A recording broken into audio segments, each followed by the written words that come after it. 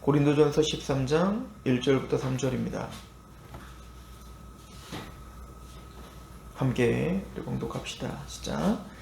내가 사람의 방언과 천사의 말을 할지라도 사랑이 없으면 소리나는 구리와 울리는 꽹과리가 되고, 내가 예언하는 능력이 있어 모든 비밀과 모든 지식을 알고 또 산을 옮길 만한 모든 믿음이 있을지라도 사랑이 없으면 내가 아무것도 아니요, 내가 내게 있는 모든 것으로 구제하고 또 내 몸을 불사르게 내줄지라도 사랑이 없으면 내게 아무 유익이 없느니라. 아멘. 우리는 은사에 대한 이야기를 하고 있습니다. 특별히 고린도전서 12장부터 14장까지를 그냥 한 테마로 보시며 그 중간에 13장이 끼어 있다 이렇게 생각을 하셔야 된다고 했는데, 고린도전서 13장 12장 28절에 보면 그 은사에 맞는 그 직무들에 대한 이야기가 나왔었죠. 12장 28절에 하나님이 교회 중에 몇을 세우셨으니 첫째는 사도요, 둘째는 선지자요, 셋째는 교사요, 그 다음은 능력을 행하는 자요, 그 다음 병 고치는 은사와 서로 돕는 것과 다스리는 것과 각종 방언을 말하는 것이라. 이 부분에 대해서는 우리가 간단하게나마 살펴봤었고요. 우리가 좀 기억해야 되는 거는 그건 것 같아요. 그러니까 하나님께서 은사를 주시는 목적이 여기에 있는 거예요. 교회는 어떤 카리스마적인 한 사람에 의해 지배당하지 않게 하시기 위한 하나님의 지혜가 여기 있다는 것입니다. 예를 들어서 이제 구약 시대에도 보면 아브라함이랄지 모세랄지 이럴 때는 이제 한 사람에게 모든 카리스마가 다 있죠. 그러니까 모세나 아브라함은 왕의 역할도, 선지자의 역할도, 제사장의 역할도 다 하죠. 물론 이제 모세 때 와서 이제 아론과 구분이 되고 또 미리암과 같은 선지자도 있었지만, 그러나 이제 아브라함 같은 족장 시대에는 어쨌든 모세 때도 마찬가지예요. 한 사람에게 모든 게 다 이제 집중되어 있어요. 그러나 그것이 좀 확연하게 이스라엘이라고 하는 나라가 이제 체계가 잡혀지기 시작할 때, 특히 왕권 시대가 오면, 왕조 시대, 이제 이스라엘 왕조가 세워지면, 그때는 이제 혼자 갖고 있었던 그 직무를 반드시 나누게 되어 있죠. 그러니까 왕이 선지자의 역할을 할 수 없고 왕이 제사장의 역할을 할 수가 없죠. 다윗 왕도 나단에 의하여 하나님 말씀을 들어야 되는 거예요. 또 제사장을 통하여 율법을 들어야 되는 겁니다. 또한 제사는 제사장이 드려야 되는 거죠. 또 통치는 왕이 해야 되는 거예요. 그런 것처럼 왕과 제사장과 선지자로서 분명하게 나눠짐으로 이스라엘의 그 통치가 온전히 하나님께 있음을 왕과 제사장과 선지자를 통해서 이제 구현되는 것처럼, 사도시대 때까지는 사도에게 모든 게 사실은 집중되어 있었죠. 그죠? 예수 그리스도의 종이었던 그 사도들에게 어떤 선지자, 또 사도, 그리고 가르침, 이 모든 것들이 사실은 집중되어 있었어요. 그러다가 이 사도들에 의하여 이제 교회가 이제 질서가 잡히고 또 체계가 잡히기 시작하면서, 교회는 확연하게 이제 사도들이 모든 것을 다 감당을 하다가, 이제는 사도는 기도와 기도의 전무를 하게 하고, 그리고 다스리는 장로들, 그리고 집사들을 세우면서 이제 삼중직이 체계가 잡히게 되는 거예요. 그러니까 사도가 오늘 이야기를 하면서도 모두가 사도, 첫째는 사도, 선지자, 교사, 그 다음은 능력 행하는 자, 병 고치는 은사, 서로 돕는 거, 다스리는 거, 각종 방언. 그러니까 목사라고 하는 체제로 모든 것을 다 행하는 체제가 아닌 거죠. 그러니까 목사는 교사로서, 또 목양을 하는 사람으로서 거기에 하나님이 은사를 주신 거라면 초대교회 때 다스리고 또 섬기고 또 이런 교회를 세우는 데 있어서 각자의 은사를 주고 직무를 주고, 그렇게 하나님은 하나님의 일을 함께하게, 그러니까 서로 섬기게 하기 위한 하나님의 어떤 그 지혜가 있는 것이죠. 자, 그러다 보면 혼자 다 하려고 하다 보면 카리스마만 있으면 돼요. 그러나 이렇게 서로 연합하고 서로 하나가 되어 융합시키며 가려면 서로 나보다 남을 낮게 여기는 그런 배려가 필요하고요. 그러기 위해서 반드시 필요한 게 있는 게 바로 사랑이죠. 사랑이 없다면 깨져버리는 겁니다. 서로 배려가 없고 오래 참음이 없다면 깨져버릴 수밖에 없는 거예요. 그래서 사도 바울은 이 은사에 대한 이야기를 하고 교회가 세워지는 이야기를 하면서 13장의 사랑에 대한 이야기를 이야기할 수밖에 없었던 겁니다. 특별히 사랑이라는 것도 우리가 생각하고 있는 사랑, 즉 감정적인 사랑을 넘어서는 것이기 때문에 우리가 생각하는 사랑이 아니라 하나님이 말하고 있는 사랑, 하나님이 요구하는 사랑이 무엇인지를 우리에게 제시해주고 있는 거예요. 그래서 한 장을 할애하면서 말입니다. 그래서 우리가 어제도 상고했지만 31절, 12장 31절에 너희는 더욱 큰 은사를 사모하라. 이것은 예언을 더 사모하라 이 얘기였다고 했잖아요.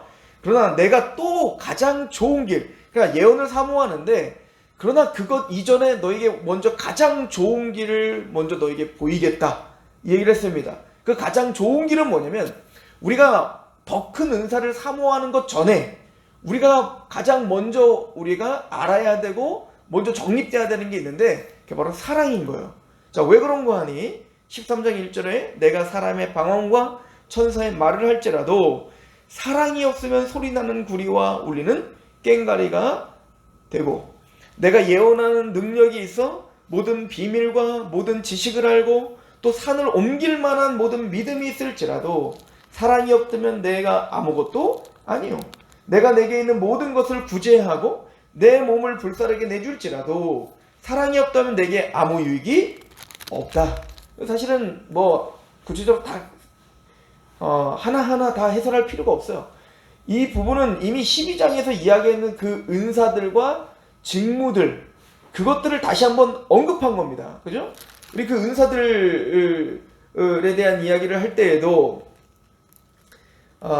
우리 12장 9절에 다른 사람에게는 같은 성령으로 믿음을 우리 8절부터 보면 어떤 사람에게 성령으로 말미암아 지혜의 말씀을 어떤 사람에게는 같은 성령으로 지식의 말씀을 다른 사람에게 같은 성령으로 믿음을 어떤 사람에게 한 성령으로 병 고치는 은사를 어떤 사람이 능력 행함을 어떤 사람에게 예언함을 어떤 사람이 영들 분별함을 다른 사람에게 각종 방언 말함을 어떤 사람이 방언을 통변함을 그러니까 이 은사를 그대로 적용시켜서 지금 이야기하고 있는 거라고요. 또 앞에 있었던 직임들 선지자, 교사, 능력 행함, 병 고치는 은사 그리고 서로 돕는 것, 다스리는 것, 각종 방언 말하는 것 이거를 그대로 여기 대입해서 이야기하는 거예요. 그러니까 그런 직임들, 그런 은사들이 있을지라도 말이에요. 그러니까 방언과 천사의 말을 할지라도 또 예언하는 능력이 있을지라도 또 모든 비밀과 모든 지식 이건 지혜와 지식에 대한 이야기를 하는 거죠. 비밀과 지식을 알고 있고 또 믿음의 은사도 있었잖아요. 산을 옮길 만한 믿음이 있을지라도 또 내가 내게 있는 모든 것을 구제하고 이 섬기는 직분을 말하지 않습니까? 구제하고 더 나아가서 뭐예요? 내 몸을 불사르게 내줄지라도 그러니까 나에게 내 모든 걸 희생하여 교회를 위해서 헌신하고 모든 걸 다 할지라도 말입니다. 그러니까 여기 이 지금 13장 1절부터 3절에 나오는 여기 나오는 건 모든 은사, 모든 직임, 교회에서 할 수 있는 모든 것을 이야기하는 거예요. 그게 어떤 헌신과 어떤 지식과 어떤 무엇이 있을지라도 결론적으로 말하면 사랑이 없다면 아무것도 아닐 뿐만 아니라 아무 유익이 없다는 거예요. 내가 교회를 위해서 하나님을 위해서 내 몸을 불사르게 내줄지라도 말 끝났죠. 그런 어떤 희생과 헌신을 다 했을지라도 사랑이 없다면 나에게 아무 유익이 없다. 이것만큼 충격적인 이야기가 어디 있습니까? 그러니까 사랑이 없다. 그러니까 다른 말로 말하면요. 그 어떤 은사가 없더라도 그런 은사가 아무것도 없더라도 말이에요. 어떤 직음을 맡지 않았더라도 이런 사랑이 있다면 모든 것이라는 것은 똑같은 얘기인 거예요. 그러니까 사랑이 모든 것이죠. 그렇죠? 고든 피라고 하는 주석학자는 이렇게 이야기를 해요. 성령의 사람이 되는 것이 어떠한 의미인가를 지금 사도 바울은 고린도 교회와 지금 경쟁하고 있다는 겁니다. 성령의 사람이 무엇인가? 신령한 것이 무엇인가? 진짜 신령한 게 뭐지? 이것을 지금 고민하고 있다는 겁니다. 고린도 교회 사람들은 방언을 성령의 참된 행하심이라고 믿고 있었다는 거죠. 그러니까 방언을 하는 어떤 신령한 것, 이 사람들은 나중에 보면 내가 사람의 방언과 천사의 말, 그러니까 방언을 하는 것, 사람의 방언, 즉 외국어 방언할 뿐만 아니라 이런 것들을 이 사람들이 신성시하여서 천사의 언어라고까지도 착각했던 거예요. 그러니까 방언을 하면 내가 천사의 반열까지 되는 것처럼 생각한 겁니다. 그게 신령한 것이라고 이야기하고 있는 거예요. 그러니까 사도 바울은 그걸 부셔버리고 싶었던 겁니다. 진짜 신령한 게 뭐냐라고 지금 사도 바울은 묻고 있는 거예요. 그들은 성령의 참된 행하심이 어떤 예언을 하고 방언을 하고 또 어떤 신비한 병 고치는 은사가 있고 이런 것들이라고 생각했다는 거예요. 그런데 문제는 뭐냐면 그들은 우리가 고린도전서 앞장에서 이미 하나하나씩 얼마나 우리 뼈아프게 하나씩 봤어요. 교회가 음행이 있고 탐욕이 있고 교만이 있고 우상숭배가 있음을 우리가 얼마나 적나라하게 드러나게 우리에게 귀가 따갑도록 봤지 않습니까? 그러니까 사도 바울이 그걸 앞에서 다 정리했던 이유가 뭐죠? 교회의 이런 행함, 교만, 음행, 우상숭배, 하나님이 그렇게 싫어하는 것들은 아무렇지도 않아. 이 사람들은 그런 것들 다 방인하면서도 자기들은 신령한 사람이라고 지금 착각하고 있다고요. 왜? 방언을 하고 있고 예언을 하고 있고 병을 고치고 있고 능력을 행하고 있단 말입니다. 그리고 또한 이 사람들은 고린도서 1장 18절부터 31절까지 사도 바울이 십자가에 대한 이야기를 그렇게 적나라하게 하고 있었던 건 그 십자가의 진짜 정신을 이해하지 못하고 있었다는 거죠. 그들은 지혜와 지식을 숭배하고 있었고 십자가의 복음에 대한 순복함은 없었던 것입니다. 또한 그들은 약한 형제들에 대해 덕을 세우지 않았고요. 그들을 고로 다시 멸망하게 하는 일들을 자행하고 있었다고 고린도에서 8장 10절부터 11절은 이야기하고 있습니다. 그들은 신앙의 행동에 있어서 결정적인 얼룩들이 가득했어요. 지금 언급했던 지식과 지혜와 방언 이런 것들만 보더라도요. 그 지식은 그들을 교만하게 했고 형제를 멸망하게 했다라고 8장 2절 11절은 이야기했다고요. 그러니까 지식이 은사입니다. 근데 그 은사인 지식을 가지고 어떻게 했다고요? 형제들을 너희가 멸망하게 했다라고 고린도서 8장은 이야기하고 있습니다.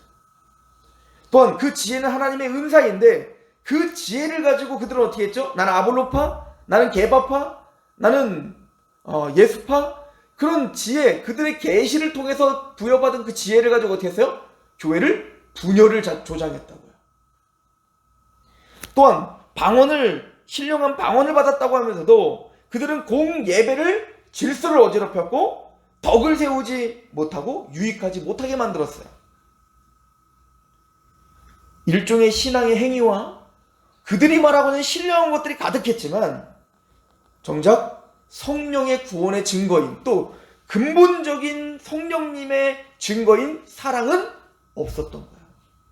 사도 바울은 이것에 대한 경종을 울리고 있는 거죠. 제가 12장부터 14장까지 쭉 보면서 눈에 들어오는 단어가 하나 있었어요. 뭐냐면 유익이라는 단어입니다. 유익.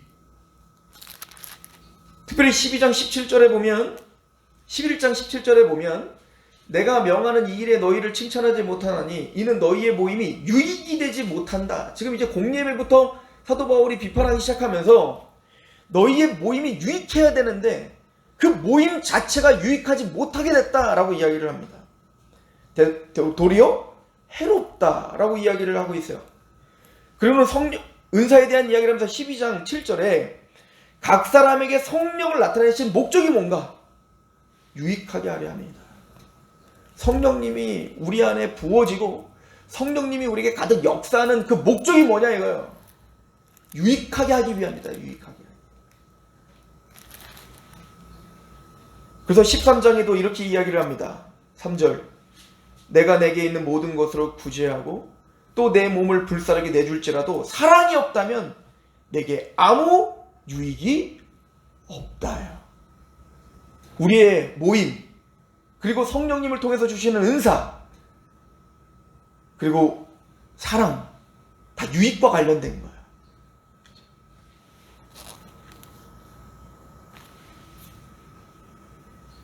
나의 유익이 아니라 남의 유익을 구하라. 이게 또 고린도서 10장에 하는 얘기 아닙니까? 그걸 위해서 성령을 주셨고 성령님이 주신 그 보여지는 표현이 하나 뭐냐? 은사인데 그 은사가 전혀 공동체에 유익이 되지 못하고 또 나의 신앙에도 유익이 되지 못하게 되어버렸다. 이게 지금 사도 바울이 하는 얘기죠. 우리 신앙에 있어서 궁극적으로 남아야 될 것이 바로 사랑이다 라고 성경은 이야기하고 있는 겁니다. 아무것도 하지 않아도 사랑 하나면 충분한 거죠. 사실은 에베소 교회를 예수님께서 책망하시면서 너희가 진리와 싸우고 열심히 충성을 다한 건 내가 안다 라고 일곱 교회에게 이야기는 에베소 교회에게 이야기하죠. 그러나 첫사랑을 잃어버렸다는 거예요. 첫사랑 하나님과 사람에 대한 사랑을 잃어버렸다. 내가 다시는 너를 쓸 수 없다 라고 이야기한 그 경고를 우린 기억해야 되는 거예요. 사랑이 없다면 아무것도 아니다. 우리가 무엇을 추구하며 신앙이 무엇인가를 우리가 다시 한번 되새김하는 오늘 하루가 되시길 축원합니다. 기도하겠습니다. 하나님 아버지, 내가 사람의 방언과 천사의 말을 할지라도